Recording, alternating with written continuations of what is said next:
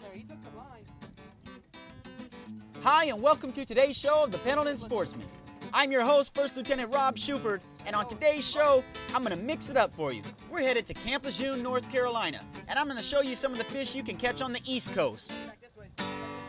We're going to do some offshore fishing, we're going to do some inshore fishing, and kind of something and everything in between. So stick around, it's going to be a lot of fun, and it's going to be something that you can look forward to if you're ever stationed at Camp Lejeune.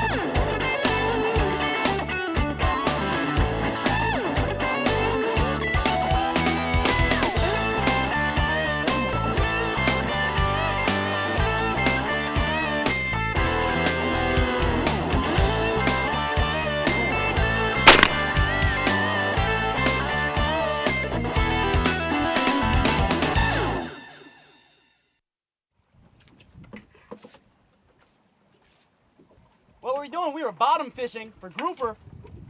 We had some live baits out the back of the boat with balloons as bobbers. And something came up and smacked this one. I don't know, it looked like a king mackerel. Don't know yet though. Now, I'm playing this thing real loose. With these king mackerels out here, we only use 2 small treble hooks. And that's a typical setup we use out here with the leader, a light wire leader, and 2 small treble hooks with the live bait on there. And a lot of times those kings, when they hit, they'll get hooked in their mouth, but not real well. Just like that. Just like that. That's why, I was about to say, that's why we play them real loose. And, came off. So, sorry about that. We'll get another one.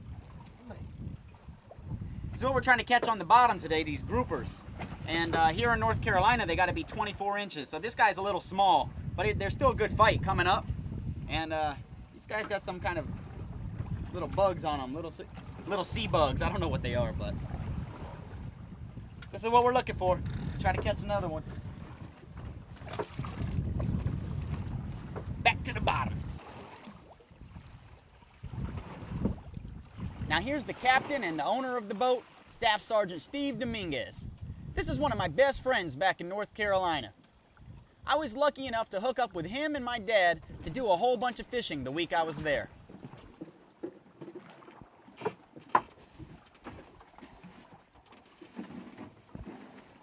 Dominguez and I have had all kinds of adventures out at Camp Lejeune. Everything from salt and freshwater fishing to all the different types of hunting that you could do at Lejeune. Turkey hunting, deer hunting, squirrel hunting, you name it, we've done it. And we always have a good time. And this is definitely one of the upsides of being in the military, especially in the Marine Corps, is having great friends like Steve Dominguez that you could fish or hunt with all around the world.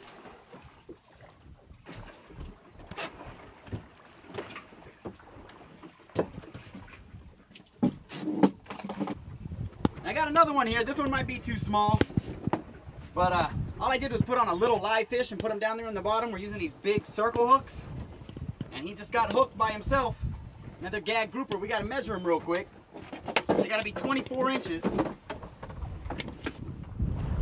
Just like in California, every state you go to has limits on the fish that they have.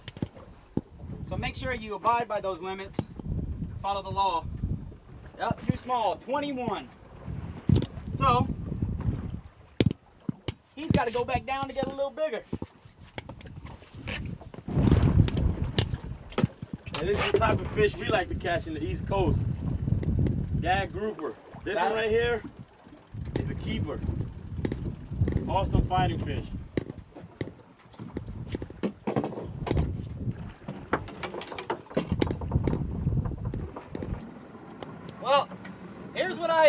what I lost earlier. This one's a little small king, like your summertime king mackerel. But we're using these king busters here, 2 small treble hooks. And this is what a king mackerel looks like. And this guy's a little small, but he's big enough to eat right now. And since we're coming to the end of the day, we figured we'd go ahead and get one in the boat, the way today's going. So maybe we'll get one more for the end of the day, but there's a king mackerel. Now that first bit I just showed you was a little bit of the offshore fishing that's available to you if you're ever stationed out at Camp Lejeune. This next little bit you can see us putting in the boat here is going to be fishing under Onslow Bridge, the bridge that you take over to go from the mainland to the beach. Now we're going to try sheephead fishing here under Onslow Bridge right here at Camp Lejeune. Just got done tying up some leaders. This is the basic rig, basic sliding egg weight. And you gotta adjust your weight ounces depending on how fast the current's moving through here. Right now we can get away with using 2 to 3 ounces, and then anywhere from a 6-inch leader to a 14, 20-inch leader depending on where you're fishing at. Here we got about 10 inches, 12 inches, using a 40-pound fluorocarbon. And people say that this fluorocarbon stuff is invisible to the fish and induces a lot more bites. So we're trying that out today. And then here I've got braided line. And the reason why I like to use braided line, especially for sheephead fishing, is because those guys will get right up around that, all around the barnacles and the oysters and stuff that grow on the bridges and the pylons. So it's good to have something that's very abrasion resistant. And if you're using monofilament line around here, a lot of people use 20 to 30 pound test up around these bridges and structure.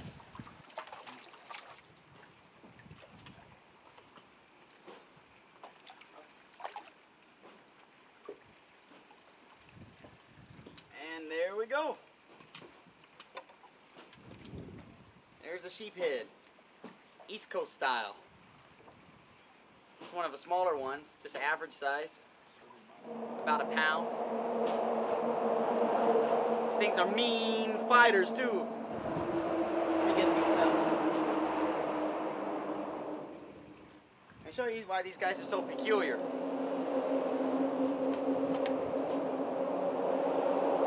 They got these teeth, almost like human teeth. And they got little crushers in the back that they crush up barnacles, crabs, all kinds of stuff with. And I don't know how they do it, but they get those crabs down in there and they just crush it up without you even feeling it. Ah, you got me. Oh, you got me. So at this point, you might be asking yourself, what crabs am I talking about? Ah, you got me too. It's fiddler crabs. You can see they got this big claw right here. It's okay if they pinch you, it doesn't hurt.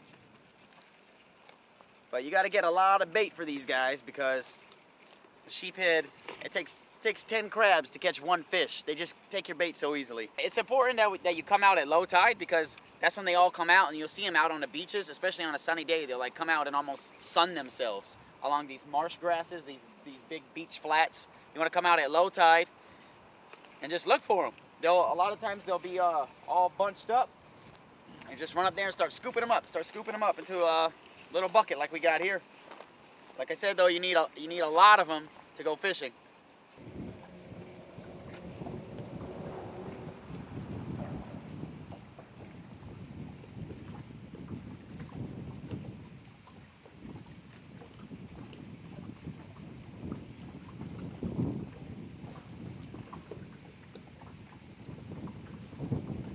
Basically what we do is just slide the hook either up underneath the crab, or you can slide it through the crab. However you want to slide it through the crab is pretty much okay. And there he is on the hook.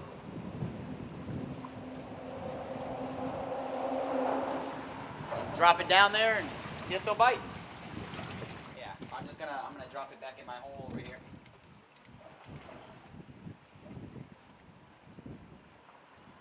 Drop it down to the bottom.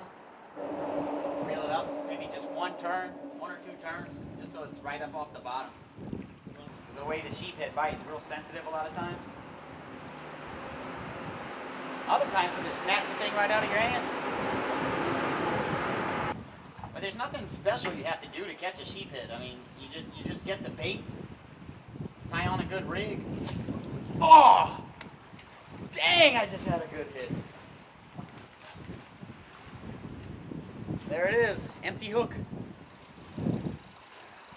That one was the kind of hits you want to have, where you don't have to guess if you don't want to have to guess if you had a bite or not. You just feel them pull on it.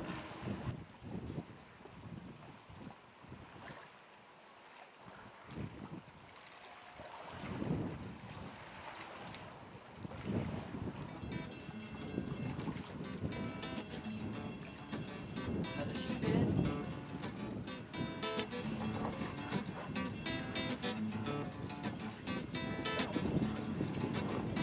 A little bit bigger.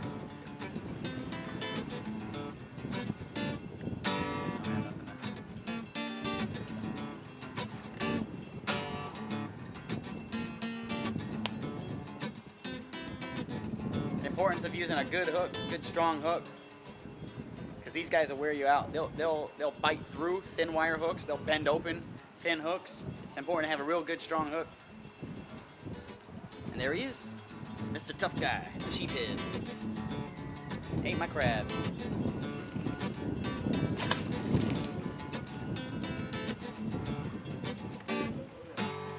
Oh, there we go. He's down there. He's coming up. There we go.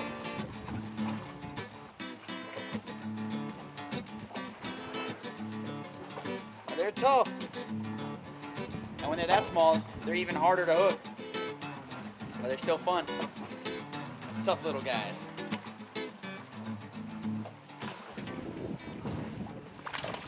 Got another one right here up against the wall. Not a lot of big ones. Still a lot of fun though. Now when you start catching these 4 or 5 pounds, you need to hold on. There he is. Just keep working the structure all over the place. He's like the same size as the other ones I caught. Just keep working the structure up and down, dropping those crabs down there. Have a good old time.